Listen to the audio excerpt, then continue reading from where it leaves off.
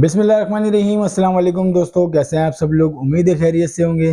जी दोस्तों, आप लोग देख रहे हैं मेरा यूट्यूब चैनल जवाब दो विद नईम अहमद। दोस्तों, काफ़ी दिनों बाद व्लॉग करने का टाइम मिला और कुछ अहम खबरें हैं वो आप लोगों तक पहुंचाने दी। जैसे कि आप लोग को पता है कि कल एमकेएम पाकिस्तान ने अपना ग्रैंड जलसा किया है, उसके हवाले से बात करेंगे। जलसे में कितने लोग थे, जलसा कैसा हुआ, जलसे में क्या तकरीर हुई, इस पर बात करेंगे। इसके अलावा कल जो है वो एक प्रेस कॉन्फ्रेंस की गई पीपल्स पार्टी की तरफ से। पीपल्स पार्टी ने प्रेस कॉन्फ्रेंस में क्या कहा, इस पर भी बात करेंगे। और इसके अलावा जैसे कि आप लोग को पता है कि कल जो तकरीर हुई है, उस तकरीर के हवाले से और भी कुछ बात करनी है। जो सोशल मीडिया पे खबरें चल रही हैं वो क्या है, सारी कहानी वो भी मैं आप लोग को बताऊंगा। इसके अलावा जी बात हम करेंगे निसार पंवर और उनके साहबजादे मोहसिन पंवर के हवाले से। आज अदालत में क्या हुआ, इस पर भी बात करेंगे। तो जी प्रोग्राम शुरू करने से पहले हमेशा की तरह मेरी आप लोगों से एक छोटी सी गुजारिश है, अगर आप लोगों ने मेरे चैनल को सब्सक्राइब नहीं किया तो चैनल लाजमी सब्सक्राइब कर लें। आप लोग को पता होगा कि कल जो है एमकेएम पाकिस्तान ने एक जलसा किया, अपना ग्रांड जलसा किया, जिसमें पूरे कराची, जैसे कि पहले जो एमकेएम पाकिस्तान ने जलसे किए वो एक एक हल्के के जलसे कर रही थी पाकिस्तान, एमकेएम पाकिस्तान।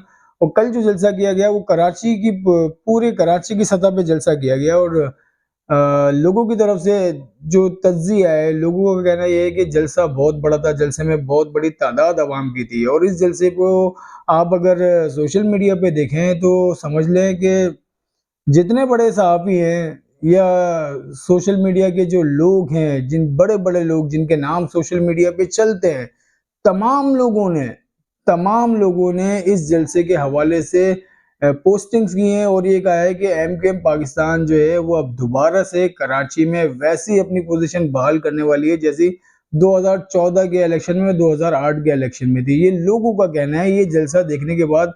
और ये वो लोग कह रहे हैं जो मतलब सोशल मीडिया पे बहुत ज़्यादा एक्टिव रहते हैं। इसमें बहुत सारे सहाफ़ी भी हैं, जर्नलिस्ट भी हैं बहुत सारे, वो ये बातें कर रहे हैं। तो कुछ लोगों का कहना ये है, अब जैसे कि मैंने आप लोग को बताया ना, बहुत सारे लोग सोशल मीडिया के वो ये सब बातें कर रहे हैं।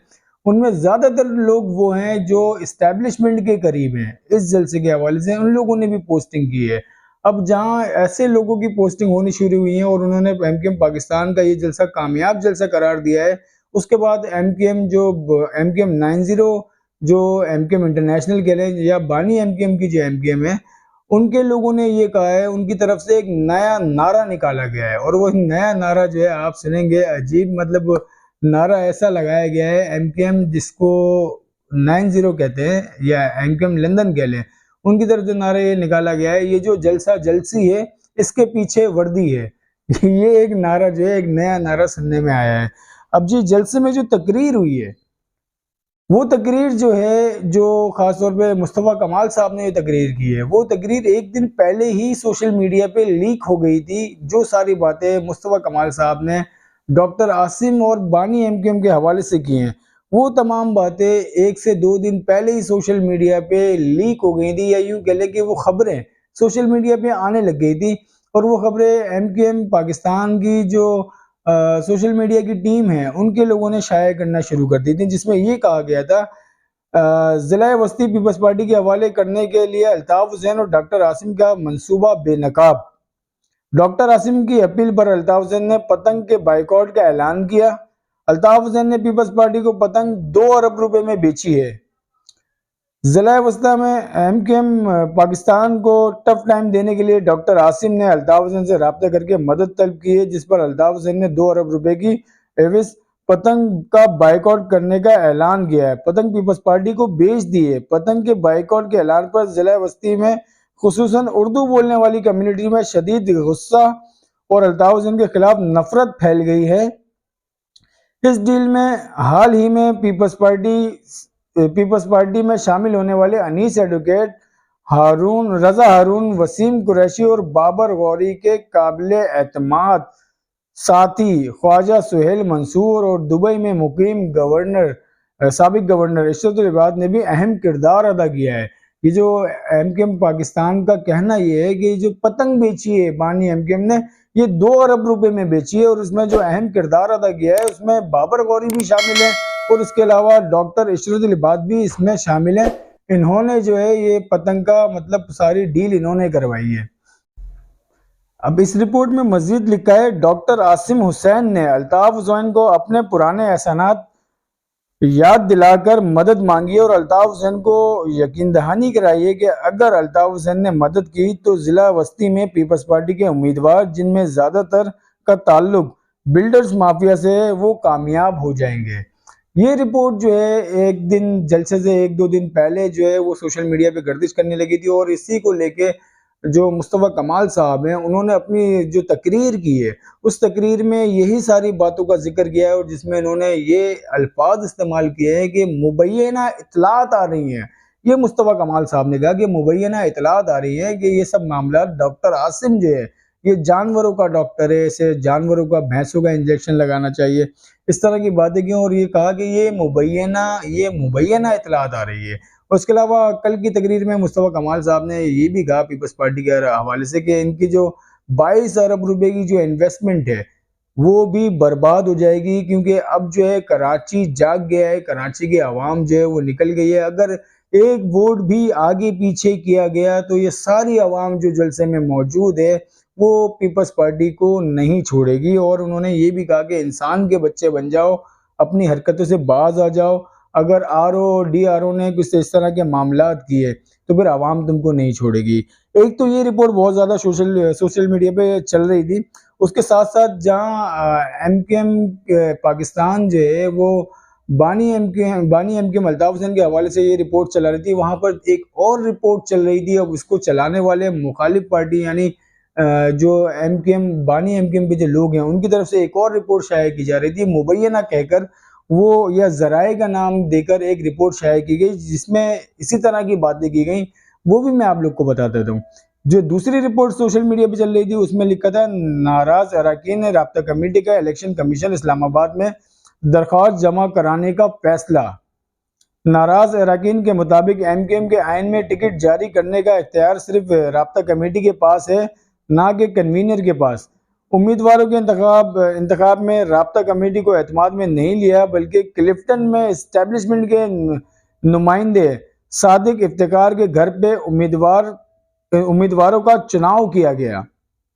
खालिद मकबूल ने पार्टी मुस्तफ़ा कमाल और अनीस कायम खानी को बेच दी है।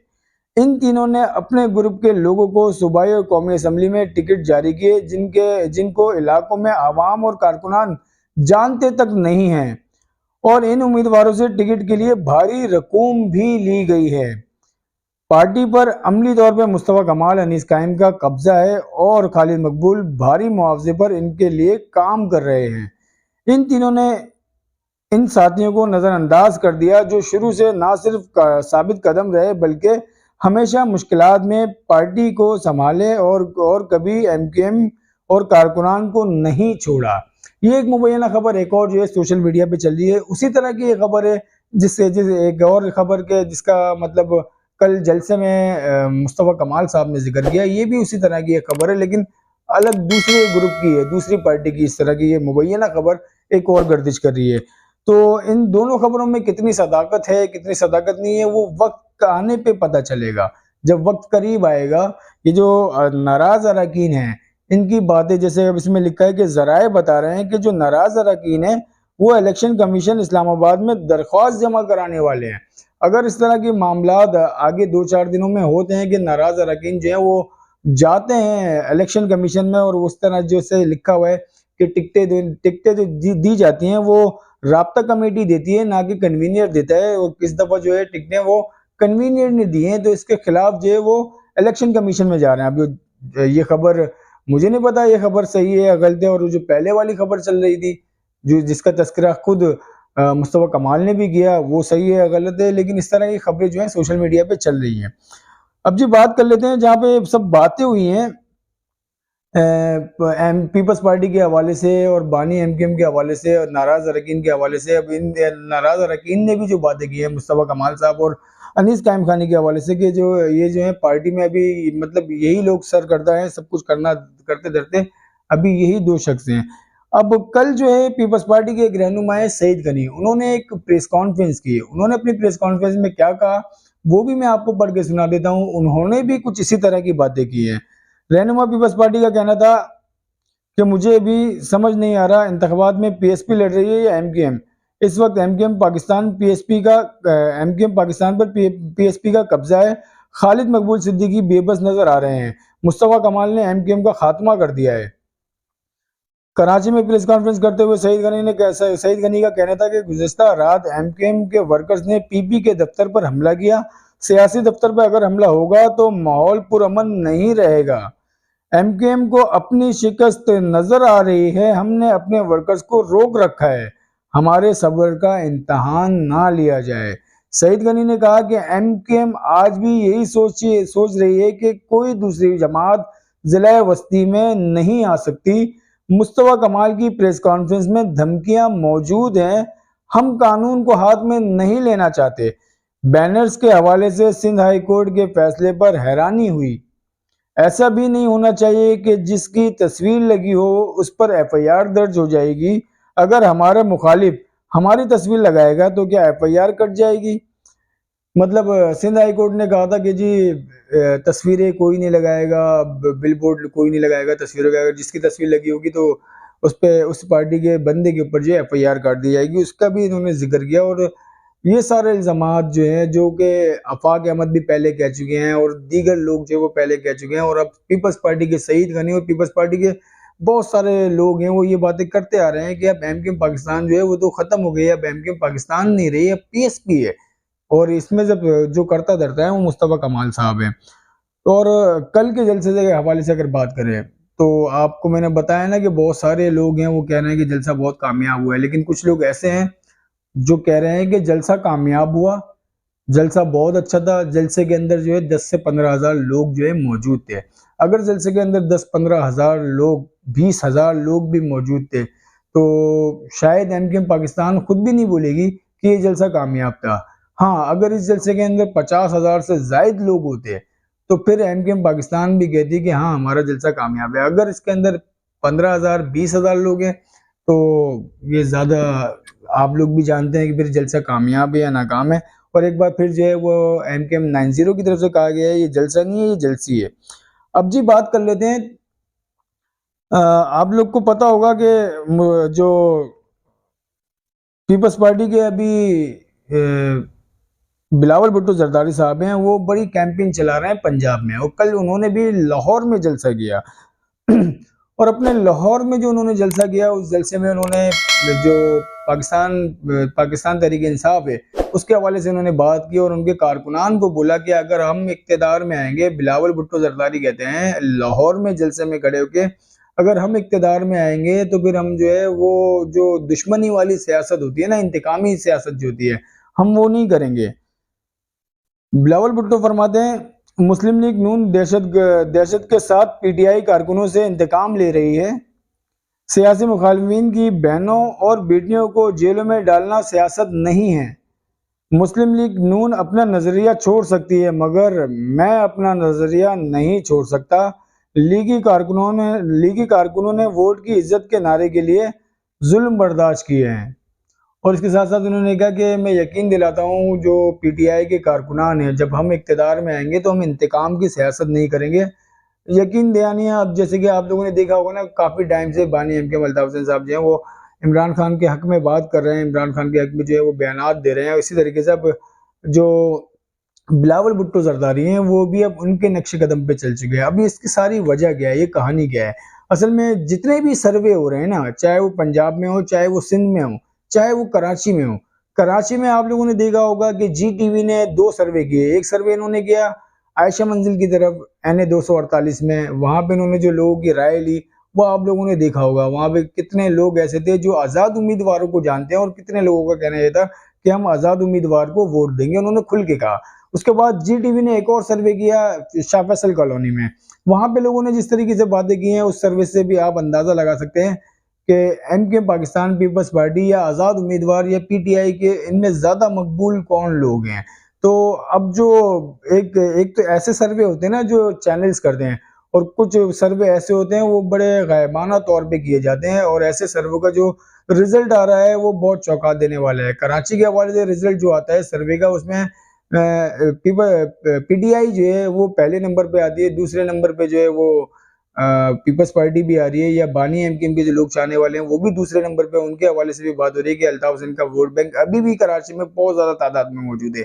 जमात इस्लामी का भी वोट बैंक बहुत ज्यादा तादाद में मौजूद है, लेकिन एमकेएम पाकिस्तान की अगर मकबूलियत का अंदाजा लगाया जाता है तो फिर उसमें मकबूलियत जो है वो काफी कम दिखाई दे रही है एमकेएम पाकिस्तान की, जो मुख्तलिफ सर्वे आ रहे हैं। लेकिन कल के जलसे ने लोगों को हैरान भी किया है कि जलसा कामयाब हुआ, सर्वे नाकाम है या जलसा कामयाब है, ये सारी बातें कोई मायने नहीं रखती हैं। असल में 8 फरवरी की जो इलेक्शन होगा ना वो मायने रखता है, उसमें पता चलेगा किसको कितनी कामयाबी मिलती है। अब बात कर लेते हैं जी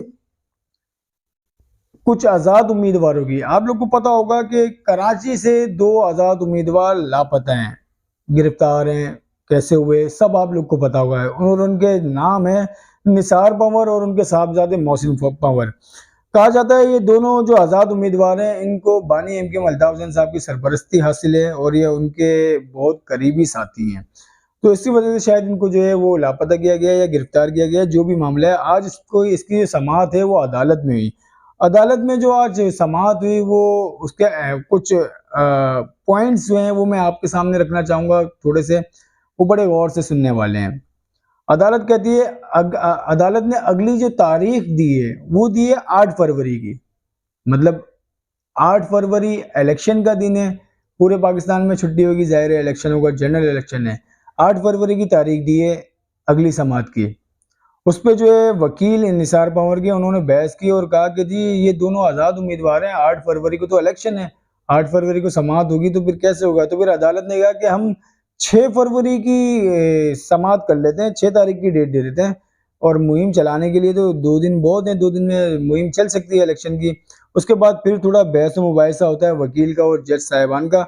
उसके बाद ये कहा जाता है कि ये दोनों लोग जो हैं, वकील की तरफ से ये कहा जाता है ये दोनों लोग आज़ाद उम्मीदवार हैं और ये दोनों लोग जो है वो अगवा हुए हैं, इनका आना बहुत ज़रूरी है। तो इतना इसरार करने के बाद फिर अदालत ने जो आखिरी टाइम दिया है वो 31 जनवरी का दिया है, और 31 जनवरी को निसार पंवर और मोहसिन पंवर के हवाले से सिंध हाई कोर्ट में समाअत होगी। तो आज जो ये कुछ हुआ है अदालत में, आप इसको देख के अंदाज़ा लगा सकते हैं कि आज़ाद उम्मीदवारों के लिए कितना ग्राउंड है अभी मौजूद और कितना ग्राउंड मौजूद नहीं है। आप लोग को मेरी वीडियो कैसी लगी अपना फीडबैक लाजमी दिएगा, और हो सके तो मेरे यूट्यूब चैनल को लाजमी सब्सक्राइब करें। मुझे इजाजत दें, अल्लाह हाफिज़।